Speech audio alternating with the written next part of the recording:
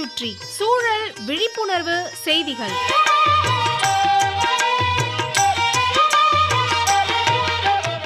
அன்புள்ளம் கொண்ட கிருஷ்ணவேணி மேடம் அவர்களுக்கு மாணிக்கம் எழுதும் மடல். நலம் நலமறிய ஆவல். பாம்புன்னா படையும் நடுங்கும்னு ஒரு பொன்மொழி உண்டு. ஆனால் உலகத்திலேயே மிகவும் பயந்த அப்பாவி உயிரினம் பாம்பு தான். உழவர்களின் தோழன் பாம்புன்னு சொல்கிறாங்க. உழவரின் உற்ற நண்பன் மண்புழு மட்டுமல்ல, பாம்பும் தான். ஏன்னா எலிகள் இருக்கே, அவை விவசாயிகளின் எதிரிகள். எலிகளின் எதிரி பாம்பு. அப்போது எதிரிக்கு எதிரி நண்பன் இல்லையா? விவசாயிகள் விளைவிக்கிற தானியங்களை எலிகள் சாப்பிட்டு சேதம் விளைவிக்கிறத விட வீணாக்கி சேதம் விளைவிப்பது தான் அதிகம். நம் நாட்டு தானிய உற்பத்தியில் 30 முதல் 36% உணவுப் பொருட்கள் பாம்புகளின் எண்ணிக்கை குறைவால் எலிகள் பெருக்கமடைந்து நாசம் செய்வதாக உலக சுகாதார அமைப்பு தெரிவிக்குது. இதற்கு காரணம் நாம தான். பாம்புகளை பார்த்த உடனே அது எந்த வகை பாம்பாக இருந்தாலும் சரி, சாதாரண தண்ணி பாம்பை பார்த்தா கூட உடனே அடித்து கொல்லணுங்கிற எண்ணம் படைச்சிருக்கிறோம் நாம். எலிகளை அதன் வலைகளுக்கே போய் கொத்தாக அழிக்கும் திறன் படைத்தவை பாம்புகள். அப்படியாப்பட்ட பாம்புகளுக்கு மனித இனம்தான் எதிரி.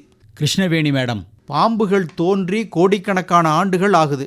சுமார் 3000க்கும் மேலுள்ள பாம்பு வகைகளில் வெறும் 175 மட்டுமே விஷம் கொண்டவை. அதிலும் சாரை பாம்புகள் சாதுவானவை, விஷம் இல்லாதவை. தமிழகத்தில் வெறும் 4 வகை பாம்புகளே விஷம் கொண்டவை. அதாவது நல்ல பாம்பு, கட்டு விரியன், கண்ணாடி விரியன், சுருட்டை விரியன் ஆகிய 4 வகைகளே விஷம் கொண்டவை.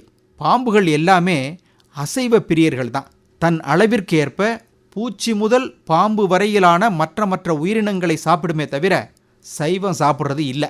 நல்லா காது கேட்பவர்களுக்கு உனக்கு பாம்பு காது ஏம்பாங்க. ஆனால் உண்மையிலேயே பாம்புகளுக்கு காது இல்லை. இடியே இடித்தாலும் அதன் மூலம் உருவாகும் அதிர்வுகளை வைத்து கண்டுபிடிக்குமே தவிர காதால் எல்லாம் சத்தத்தை கேட்க முடியாது. அதே போல் பாம்புகளுக்கு பார்வை படுமோசம். அசைவுகளை வைத்துத்தான் ஒவ்வொன்றையும் தெரிந்து கொள்ளும். பாம்புகளுக்கு ரெட்டை நாக்குன்னு சொல்லுவாங்க. ஆனால் நாக்கும் கிடையாது பாம்புக்கு. அப்போ அடிக்கடி வெளியே நீட்டிட்டு வர்றது அதன் மூக்கம். கண்ணும் சரியாக தெரியாமல் காதும் இல்லாததுனால வாசனையை வைத்து அருகிலுள்ள பொருட்களை சரியாக கண்டுபிடிச்சி செல்வதற்காக அப்படி மூக்க வெளியே நீட்டும்.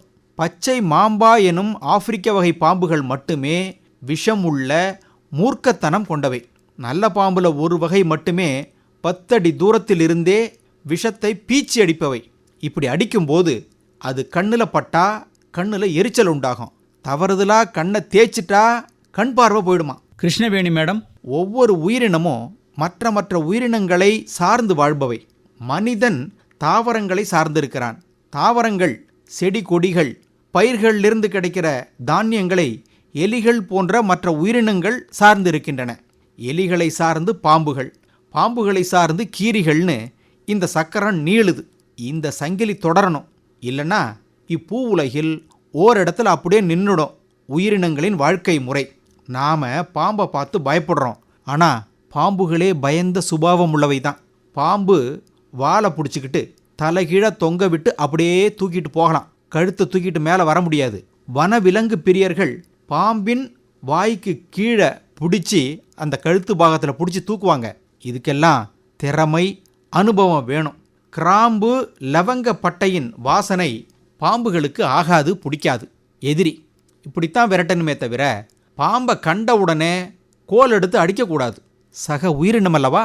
இப்படிக்கு மடல் மாணிக்கம்.